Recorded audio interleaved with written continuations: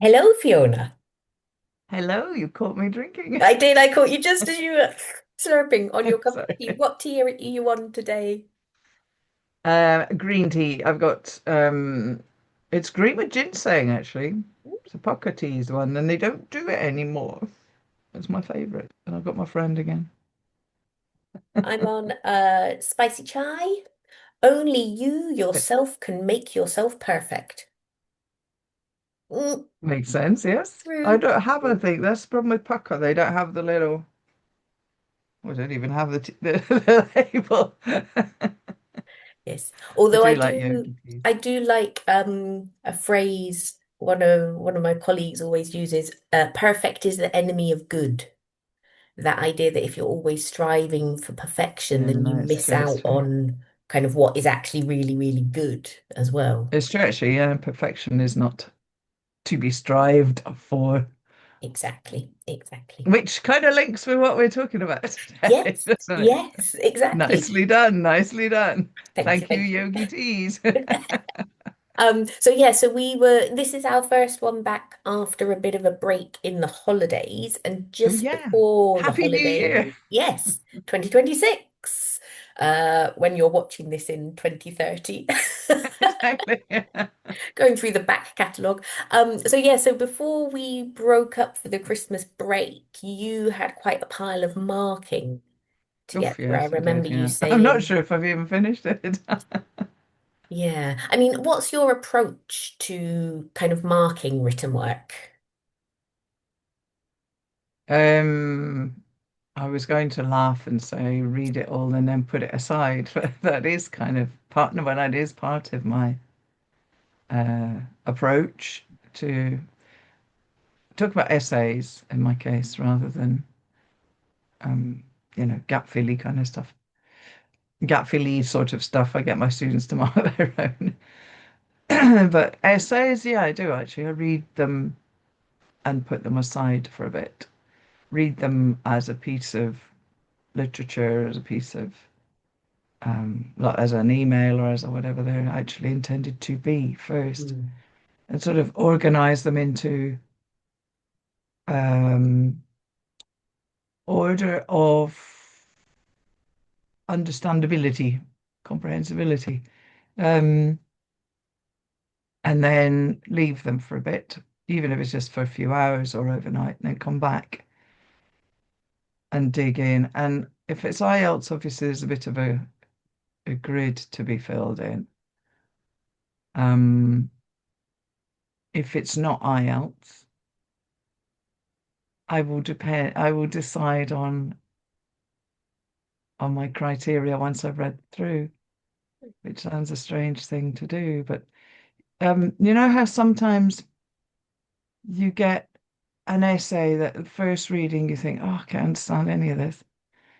And then when you go back to it, you realize it's only, in a sense, one aspect that's causing that problem, and the others are not too bad. Mm, For example, somebody has got actually really good vocabulary, they've just got dreadful syntax, mm, mm, for example. And in a sense, the structure of the essay is all there, and you can see the attempt, and you can also tell that if they actually said it to you, you might be able to follow just by gesture and kind of, but the words are all in the wrong order. So you think, oh, this is very poorly written essay. And I mean, it's like, well, actually, mm, mm. I mean, that So one, oh, no, no, carry on. no, I was just thinking when you said there about when you're marking exam style work, it does actually force you to look at the composite parts. So Yeah, kind of the organization. Yeah, that's actually really good. And then you kind of look at the language and the grammar, which, it might be 20%, 25%. So it does kind of force you to look at things in more detail and not just do the first read and go, whew, can't understand any of this. yeah, this is it. Yeah, I think I don't know what stage in our careers it kicks in, but there is a stage at which we start to be able to think in boxes, like. instead of looking at the big picture, we can look at a piece of work and go, yeah, the structure's great, the grammar's Mm. almost perfect, the arguments are clearly present, but there's not a single piece of vocabulary above A2. You know, this kind of thing, Yeah, right? yeah. And so, yeah, I guess it is experience, but particularly if you've got to mark exam stuff. But it does help in some ways with marking. I don't splatter essays with corrections. I will focus on one aspect or two aspects. And I tell my students that beforehand, Hmm. that there's no point in just covering it in comments and corrections because it's just too demotivating. And Mm. I remember when I was training, it was, oh, don't use a red pen, use turquoise, and use, no. It's not just the color. I mean, students are not great, Yeah. you know. So I will focus on two or three things and I'll say to them, look, I've marked the sentences that I cannot understand what idea you're trying to express. I've put a wiggly line under it, try and rework the whole sentence. Otherwise, I've just focused on, I don't know, S's, at, the, and spelling, for Hmm. example. Hmm. Yeah. And then we eliminate things bit by bit. And i- again, kind of our different contexts, you're Mm. physically picking up a Yeah, yeah, pen, yeah. yeah, whereas Um, mine is digital. Mine's mostly digital now as well. We're moving into an area now where most students won't even turn up with paper and pens to class. Until I say to them, can you please bring? And I have a stack of A4 paper that I Hmm. hand out just about every lesson. And I have a lot of the notebooks that we get at conferences. Um, and I just collect them, I stick them in the middle of the table, and because a lot of those are the kind that don't have a cover, they just have paper and Hmm. the Hmm. glue down one side, so it's easy to tear a page off. So that's what I do with those guys. And they sit in the middle of the table, and then the students help themselves to paper because they all come in with tablets, and Mm. some of them not even with that, they're there with their phones. Um, but it's definitely a lot of the homework I get, unless I specifically ask for it on paper. Hmm. It's 100% is digital now. Yeah. Yeah. I mean, all of mine is digital. And in a way, it's really handy. I mean, to be honest, there are obviously things that they could do if they were handwriting it anyway. But for example, I've got a few students who they will use not necessarily AI, but they'll look up new Mm. vocabulary that they don't know, but then they can put it in bold so that when I'm marking and I go, wow, that's an amazing piece of vocabulary. Where did that come from? Now I know that it's something that they've actually taken the time to look up and, they're engaging with it and trying to expand their vocabulary in that way. So yeah, so that's handy. But then, yeah, they could have underlined it if it was handwritten or something, or Yeah, put but I it in a like that different color. idea. I like that idea because I have had, I might mention it before, I had the chat with mine about please don't use AI because I need to mark your English, Mm, not somebody else's. And ultimately, I can't help you yeah, yeah, if it's not your English yeah. that I'm working on. Do you have like a marking code of any sort? Well, because it's as in marking corrections, like marking errors, or marking their piece of writing. Either. Either. Well, in terms of marking the writing itself, because it's exam prep, so I just kind of follow the criteria for whichever exam it is. Mm. And then I find so I do a lot of blocking out like how in Google Docs you can highlight text and then highlight it in different colors. So the number of times I kind of go through with the black highlighter and cover up the because it's so overused. I'm just like, anytime you can see a little black square, that was a the that doesn't need to be there. Okay, yeah. My Um, students, it was the opposite. I have to put it in in uh, capitals.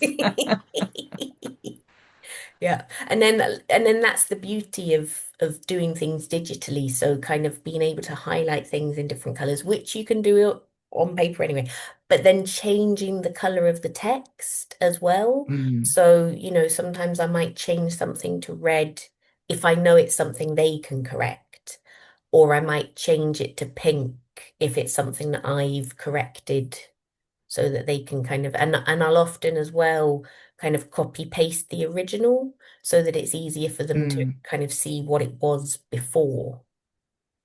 Yeah.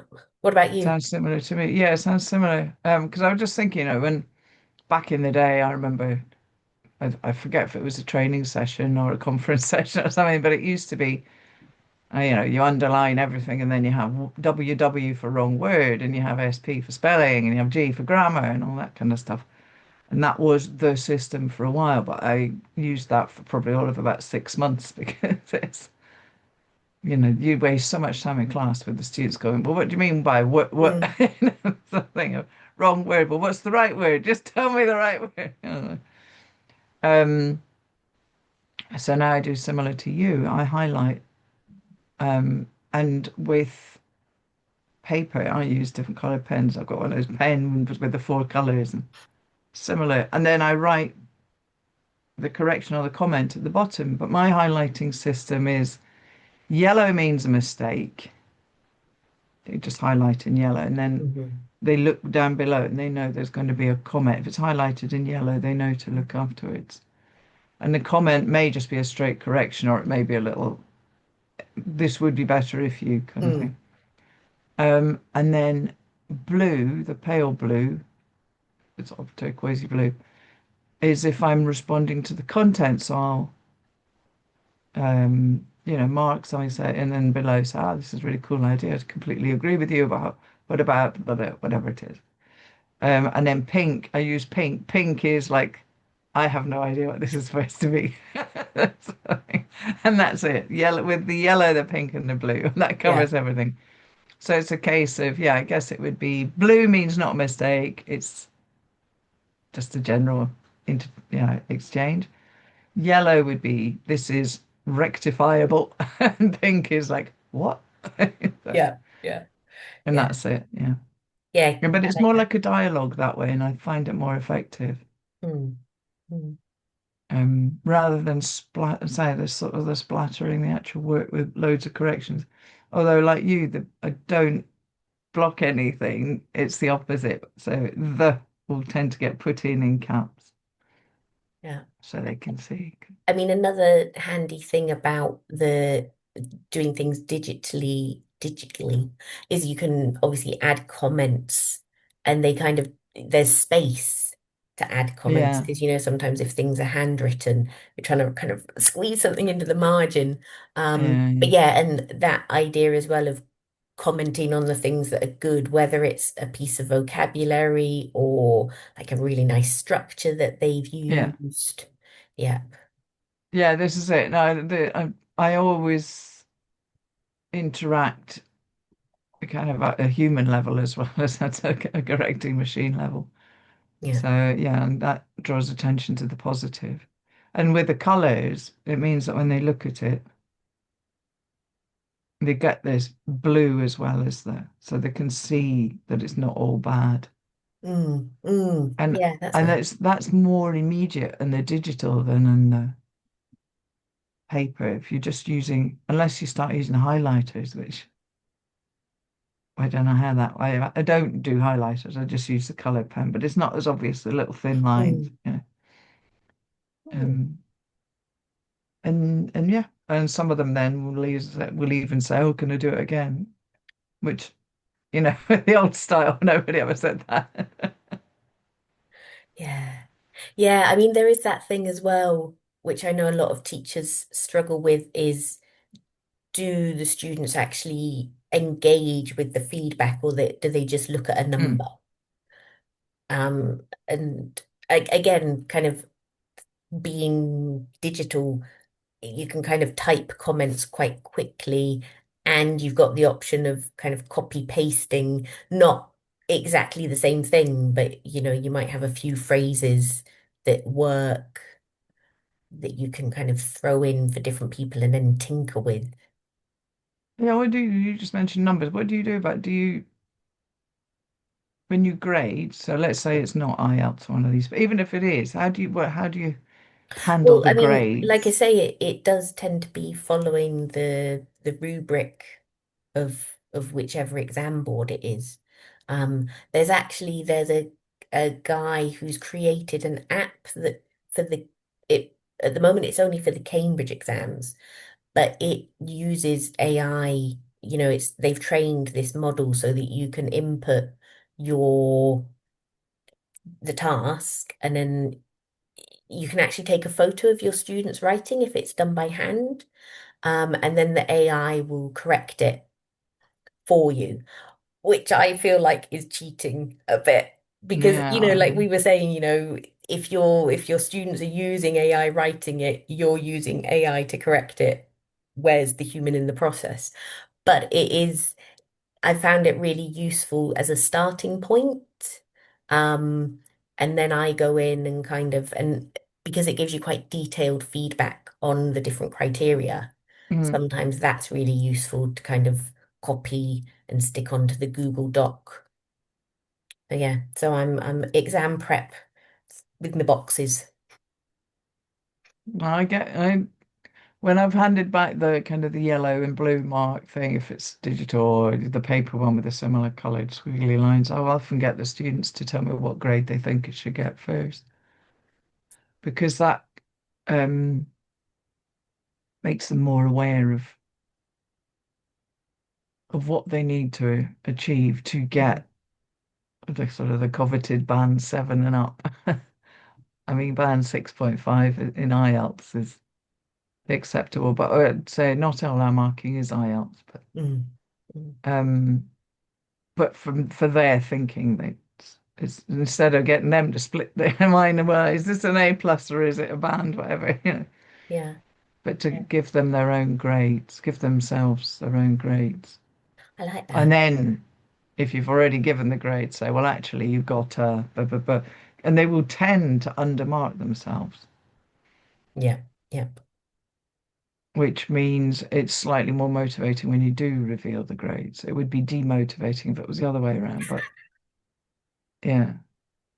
But certainly in my case, because, for example, like both in IELTS and in regular essay, we do timed essays as hmm part of the evaluation or assessment, whichever, same thing really.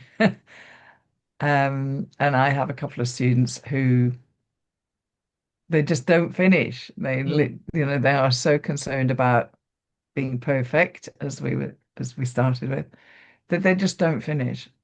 And so they get really stressed about getting a band 4 or whatever it is. And you say, well, yeah, but actually what you've written Mm. is a 6.5. Now you just Yeah, need to write faster. And so they're motivated to practice writing, speed rather than stressing quite so much about the level of the English. It helps them to see that in this case, it's the speed of their English rather than the standard of it. yeah, yeah. And I Um, think that's another thing that clicked for me is the realization that trying to do more is better than doing things perfectly at a lower level. I think that's true across all mm, exam boards. Like, if you write a yeah, perfect A2 so text, there you're you've got going to to get an fulfill the A2 mark. task. Yeah. Yeah, you lose Um, all the masks for task fulfillment. yeah. Yeah, I was at a conference in let's say October, and um, it was on a panel, and we were asked if there was any aspect of our teaching that we would happily give over to AI. I think marking was the one that I don't think it was four of us. I think three of us said, but perhaps because the fourth one wasn't actually actively in the classroom anymore. But I'm pretty sure marking is the thing that most teachers don't enjoy. Yes. Do Yes. you enjoy it? No, but I think it's such a time consuming task when you want to do it well, and we do because we want our Mm. students to do well, and we know that generally they've put the effort in to do the work. Um, but it takes a time. Yeah. Yeah. It's for me, it's both that and the fact that then there's a number stuck on it at the end Hmm. Hmm. that will affect motivation Yes. because we're all human. We all do that thing where if we're given 90 pieces or 90 compliments and five criticisms, we'll only focus on the criticisms. And let's just say it, that marking feels like that Mm. Yeah. all our encouragement in the classroom then just sort of fizzles a little bit against one poor mark. So, But I think as well that's the problem with written work as well, that it's there. Like, yeah, when students are speaking, they make mistakes. We're very encouraging. When we I don't agree. understand, we say, I'm sorry, I really didn't get that. Can you say it again? But when it's on paper, just everything is laid bare, like you say, and maybe you don't correct everything, but there's still, marks on there if Yeah, this is wrong for all this is an amazing word. Yeah. yeah, no, it's tough. It's speaking exams are not quite well. I mean, it's easier to say, "Oh, you had a bad day," and then just go, "Yeah, and let's redo it." Yeah, that's something that can be solved in about 15 minutes. I think Mm, it's the length of time as well with writing, not just from our point of view for marking, but they put in an hour or whatever it was to do that thing yeah. rather than, the 14, 15 minutes of a spoken exam. Yeah. I don't know, but the marking, yeah, I really dislike it. And I think I do have six essays still to mark before Monday. Well, let us know in the comments. Are you a fan of marking writing? I can imagine we might have a high percentage of no's. Uh, I don't, but if not, why not? Yes, Yes. if you do enjoy it, what do you love about it? And can you pass on any Yeah. tips? And don't forget to like and subscribe and come Yeah. back next week for another episode. See you next week, Fiona. See you.